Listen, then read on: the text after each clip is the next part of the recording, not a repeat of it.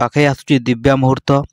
ଜାନୁଆରୀ 22କୁ ସମସ୍ତେ କରିଛନ୍ତି ଅପେକ୍ଷା। 500 ବର୍ଷ ପରେ କେବଳ ଭବ୍ୟ ମନ୍ଦିରକୁ ନୁହେଁ, ନିଜ ଜନ୍ମସ୍ଥଳୀ ମୂଳକୁ ଆସ୍ଥାନକୁ ଫେରିବେ ପ୍ରଭୁ ରାମଲାଲା।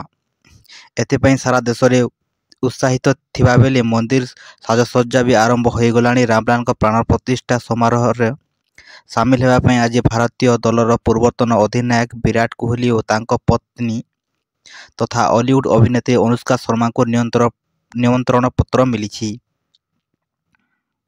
ମଙ୍ଗଳବାର ଦିନ ବିରାଟ କୋହଲିଙ୍କ ଘରେ ରାମ ମନ୍ଦିର ତୀର୍ଥକ୍ଷେତ୍ର ଟ୍ରଷ୍ଟର ଲୋକ ପହଞ୍ଚି ବିରାଟ ଓ ଅନୁଷ୍କାଙ୍କୁ ଜାନୁଆରୀ 22ରେ ରାମଲାଲାଙ୍କ ପ୍ରାଣ ପ୍ରତିଷ୍ଠା ସମାରୋହରେ ସାମିଲ ହେବାକୁ ନିମନ୍ତ୍ରଣ ପତ୍ର ଦେଇଥିଲେ, ଯାହାକୁ ଉଭୟ ବିରାଟ କୋହଲି ଓ ଅନୁଷ୍କା ଶର୍ମା ଗ୍ରହଣ କରିଥିଲେ। ସଚିନ ତେନ୍ଦୁଲକର ଓ ମହେନ୍ଦ୍ର ସିଂ ଧୋନିଙ୍କ ପରେ ଦ୍ୱିତୀୟ କ୍ରିକେଟର ଭାବେ ବିରାଟଙ୍କର